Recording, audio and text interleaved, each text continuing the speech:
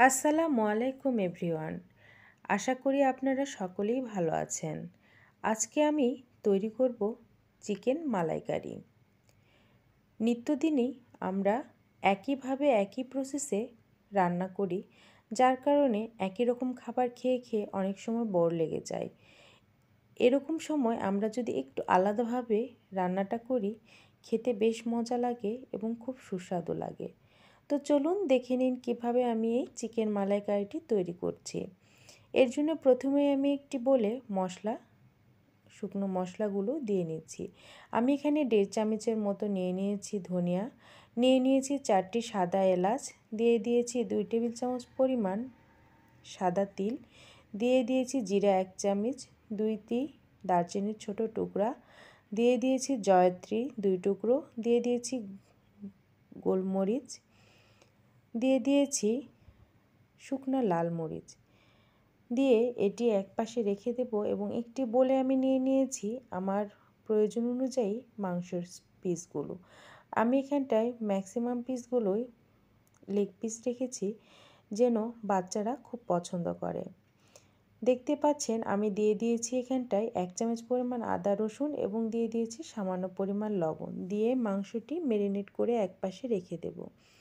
আমি চুলাতে কড়াইয়ে দিয়ে দিয়েছি সামান্য একটু লবণ, দিয়ে আমি মশলাগুলো এবার একটু রোস্ট করে নেব।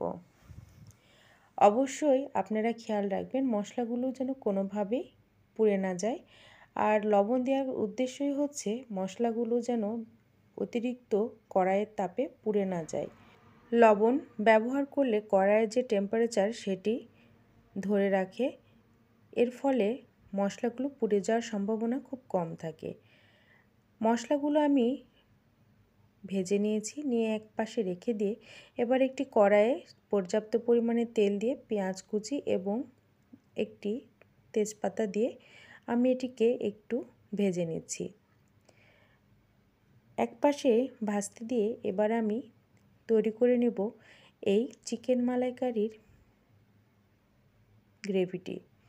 এর জন্য নিয়ে নিয়েছি যে ব্লেন্ডারে আমি মশলাটি ব্লেন্ড করেছি, ওই ব্লেন্ডারে নিয়ে নিয়েছি টক দই 4 থেকে 5 টেবিল চামচ পরিমাণ, দিয়ে দিয়েছি 2 টেবিল চামচ পরিমাণ গুঁড়া দুধ, দিয়ে দিয়েছি 4 থেকে 5টি কাজু বাদাম, দিয়ে এবার এটিকে ব্লেন্ড করে নেব। দেখতে পাচ্ছেন আমার পেঁয়াজ অনেকটা সফট হয়ে এসেছে। এবার আমি টক দই এবং কাজু বাদামের যে মিশ্রণটি ব্লেন্ড করে নিয়েছি সেই মিশ্রণটি এবার ঢেলে দেব। ঢেলে দেওয়ার পর এর মধ্যে অ্যাড করে দেব যে শুকনো মশলাটি আমি ব্লেন্ডারে ব্লেন্ড করে নিয়েছিলাম, সেই গুঁড়ো মশলাটি এবার এর মধ্যে অ্যাড করে দেব। দেখতে পাচ্ছেন মশলাটি অ্যাড করে দেওয়ার পর এটির কালার কতটা সুন্দর হয়ে এসেছে। এবার আমি এটি কিছুক্ষণ কষিয়ে নেব। কষিয়ে কষিয়ে যখন এটির উপরে তেল উঠে আসবে তখনই বুঝতে হবে যে আমার মশলা কষানো অনেকটা কমপ্লিট হয়ে এসেছে। এর মধ্যে আমি সামান্য একটু পানি অ্যাড করে দেব। আমি ব্লেন্ডারে সামান্য একটু পানি দিয়ে নিয়েছি। ব্লেন্ডারে থাকা যে মশলার মিশ্রণটি গায়ে লেগেছিল সেটি একবারে ধুয়ে নিয়েছি। এরপর মশলাটি আরও ভালোভাবে কষিয়ে নিয়ে যখন উপরে তেল উঠে এসেছে, এবার আমি এর মধ্যে অ্যাড করে দেব মুরগির যেটি ম্যারিনেট করে রেখেছিলাম সেই মুরগির ম্যারিনেশনের পিসগুলো, দিয়ে এটি ভালোভাবে কষিয়ে নেব। যারা আমার চ্যানেলটি দেখছেন, আমার ভিডিওটি যদি আপনাদের ভালো লেগে থাকে তাহলে অবশ্যই অনুরোধ রইল আমার চ্যানেলটিকে সাবস্ক্রাইব এবং ফলো দেবেন। আশা করি এই রেসিপিটি আপনাদের অনেক ভালো লাগবে। আপনারা অবশ্যই রেসিপিটি একবারের জন্য হলেও ট্রাই করবেন। একটু আলাদাভাবে যদি এভাবে ট্রাই করে আমরা ভাত অথবা রুটি পরোটার সঙ্গে খাই, খেতে বেশ মজা লাগবে। আলাদাভাবে কোনো কিছু খাওয়ার মজাই আলাদা। একঘেয়েমি কোনো জিনিসই আমাদের কাছে খুব একটা ভালো লাগে না। ছুটির দিনগুলোতে এভাবে অনায়াসে আপনারা তৈরি করে ফেলতে পারেন। মাংসটি আমি ভালোভাবে নেড়েচেড়ে নিয়েছি, আর এর মধ্যে অ্যাড করে দিচ্ছি স্বাদ অনুযায়ী লবণ। আপনারা যে যে পরিমাণে লবণ এবং মরিচ পছন্দ করেন সে অনুযায়ী এখানটায় মরিচ এবং লবণ ব্যবহার করবেন। আমার মাংসটি অনেকক্ষণ ধরে কষানো হয়ে গিয়েছে, এবার আমি সামান্য পরিমাণ পানি অ্যাড করে দেব। দেখতে পাচ্ছেন পানি অ্যাড করে দেওয়ার পর এটির কালারটি কতটা সুন্দর দেখাচ্ছে। এবার এটি কিছুক্ষণ আমি ঢাকনা দিয়ে ঢেকে রান্না করব, যেন মাংসটি একদম সুসিদ্ধ হয়। অবশ্যই আপনারা রান্নার সময় খেয়াল করবেন যেন মাংসটি সুসিদ্ধ হয়, আবার কখনো যেন সেদ্ধ হয়ে ওভারকুক হয়ে যায় না।